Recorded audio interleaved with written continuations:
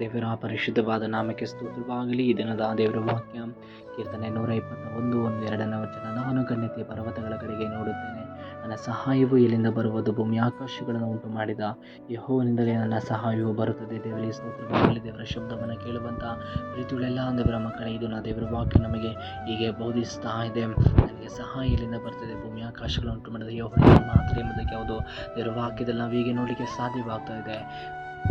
ಇಸ್ರಾಯೇಲ್ ಜನರ ಕುರಿತಾಗಿ ನಾವು ನೋಡುವಾಗ ಸುಮಾರು 420 ವರ್ಷಗಳ ಕಾಲ ಐಗುಪ್ತ ದೇಶದಲ್ಲಿ ಫರೋಹನ ಕೈಗಳಿಗೆ ಅವರು ಇದ್ದವರಾಗಿ ಅನೇಕ ಕಷ್ಟಗಳು, ಇಕ್ಕಟ್ಟು, ಹೋರಾಟಗಳ ಮಧ್ಯದಲ್ಲಿ ಅವರು ಪರಲೋಕದ ದೇವರನ್ನ ದೃಷ್ಟಿಸ್ತಾ ಆದರೆ ನಮಗೆ ಯಾರು ಸಹಾಯಕರಿಲ್ಲ, ಯಾವ ಮನುಷ್ಯರು ನಮ್ಮನ್ನು ಬಿಡಿಸ್ತಾರೆ, ಈ ಬಿಟ್ಟಿ ಕೆಲಸ ಮಾಡಿ ಸಾಕಾಗಿದೆ ಎಂಬುದಾಗಿ ಪರಲೋಕದಲ್ಲಿರುವ ತಂದೆಯಾದ ದೇವರ ಮುಂದೆ ಅವರು ಮೊರೆ ಇಟ್ಟವರಾಗಿ ಮೊಣಕಾಲೂರಿ ಕರಗಳನ್ನು ಎತ್ತಿ, ದೇವರೇ ಅಪ್ಪ, ಈ ಕಷ್ಟದಿಂದ ಇಕ್ಕಟ್ಟಿನ ಬಿಡಿಸುವುದು ನಿನ್ನ ಮಾತ್ರ ಸಾಧ್ಯ ಎಂಬುದಾಗಿ ಅವರು ಪ್ರಾರ್ಥನೆ ಮಾಡುವಾಗ ತಂದೆಯಾದ ದೇವರವರನ್ನ ಆ ಇಕ್ಕಟ್ಟು ಹೋರಾಟಗಳಿಂದ ಫರೋಹನಿಂದ ಅವ್ರನ್ನ ದೇವರು ಬಿಡಿಸ್ತಾ ಇದ್ದಾರೆ. ಪ್ರೀತಿಯುಳ್ಳ ದೇವರ ಮಕ್ಕಳೇ, ಅಪ್ಪ, ನನಗೆ ಸಹಾಯ ಮಾಡೋರು ಯಾರು ಇಲ್ವಾ?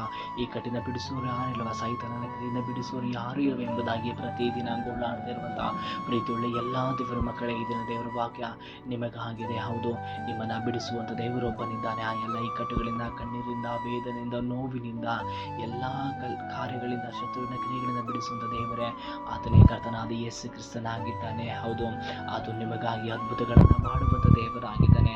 ಆತನೇ ಮಾತ್ರ ನಿಮಗೆ ಸಹಾಯಕನಾಗಿದ್ದಾನೆ. ಆತನನ್ನು ದೃಷ್ಟಿಸುವುದನ್ನು ಬಿಡಬೇಡ್ರಿ. ಆತನೇ ನಿಮಗೆ ಸಹಾಯಕನಾಗಿದ್ದಾನೆ. ದೇವರ ವಾಕ್ಯದ ಮೂಲಕವಾಗಿ ನಮ್ಮೆಲ್ಲರನ್ನು ಆಶೀರ್ವಾದ ಮಾಡಲಿ. ಆಮೇನ್.